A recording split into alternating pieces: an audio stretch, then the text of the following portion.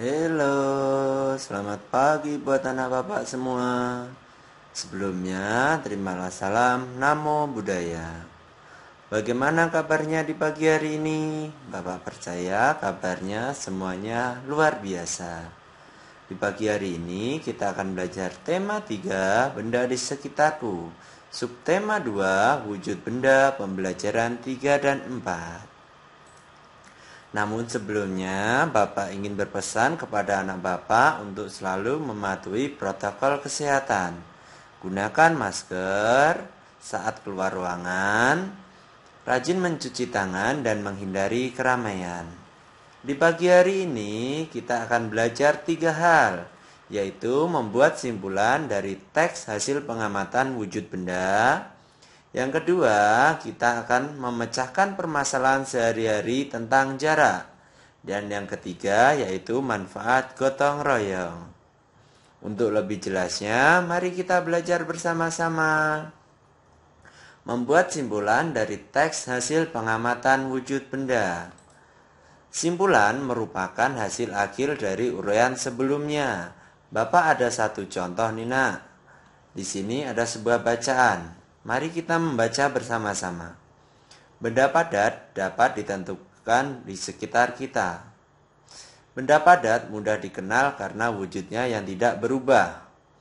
Contohnya adalah pensil. Pensil merupakan benda padat. Jika pensil diletakkan dalam kotak pensil, maka bentuknya tidak akan berubah. Demikian pula pensil jika dipindah ke dalam gelas, bentuknya tidak berubah. Dari bacaan ini, kita dapat menyimpulkan yaitu pensil merupakan benda padat karena bentuknya tidak berubah meskipun diletakkan di tempat yang berbeda. Nah, itulah cara membuat simpulan. Yang pertama kita harus membaca dulu, memahami dulu. Habis itu kita simpulkan intinya apa toh dari bacaan itu. Nah, di sini Bapak memberikan tugas kepada anak Bapak. Tugas Bahasa Indonesia, kerjakan latihan halaman 34, ayo berlatih. Tugas dikerjakan di Bu Pena ya nak. Setelah belajar Bahasa Indonesia, kita akan belajar memecahkan permasalahan sehari-hari tentang jarak. Bapak langsung saja ke contoh soal ya nak. Jarak rumah Budi ke sekolah adalah 2 km lebih 530 meter. Berapa jarak rumah Budi ke sekolah?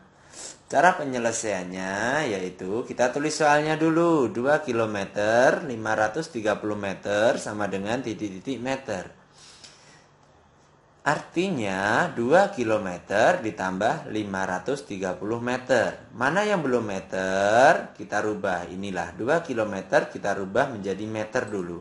Caranya adalah 2 km kita kalikan 1000. Karena kilometer ke meter itu adalah 1000. Ditambah 530. Jadi 2 dikali 1000 hasilnya 2000 ditambah 530 hasilnya adalah 2530. Nah, jangan lupa ya kalau soal cerita anak Bapak harus menggunakan jadi. Jadi jarak rumah Bodi ke sekolah adalah 2530 meter. Paham ya nak? Selanjutnya, Bapak ada contoh yang kedua, yaitu yoga berjalan sejauh 2530 km. Berapa kilometer dan lebih berapa meter yoga berjalan? Nah, bagaimana cara penyelesaiannya? Kita tulis dulu 2530 meter, kita rubah ke kilometer dan lebihnya berapa meter. Caranya adalah 2530 kita bagi 1000. Hasilnya adalah 2 dan sisanya adalah 530. Jadi yoga berjalan 2 km lebih 530 meter. Paham ya nak? Bapak ada contoh selanjutnya, yaitu contoh yang ketiga. Ketinggian pesawat Pak Karuna awalnya adalah 45.000 meter. Setelah itu, pesawat naik lagi dengan ketinggian 2 kilometer. Berapa kilometer ketinggian pesawat sekarang? Nah, penyelesaiannya adalah pertama pesawatnya ketinggiannya berapa? 45.000 meter. Dan naik lagi 2 kilometer. Jadi kita tambahkan ya. Yang ditanyakan adalah kilometer. Jadi mana yang belum kilometer? Kita rubah. 45.000 meter. Jadi untuk merubahnya 45.000 kita bagi 1.000. Karena meter ke kilometer itu dibagi. Dan ditambah 2 kilometer.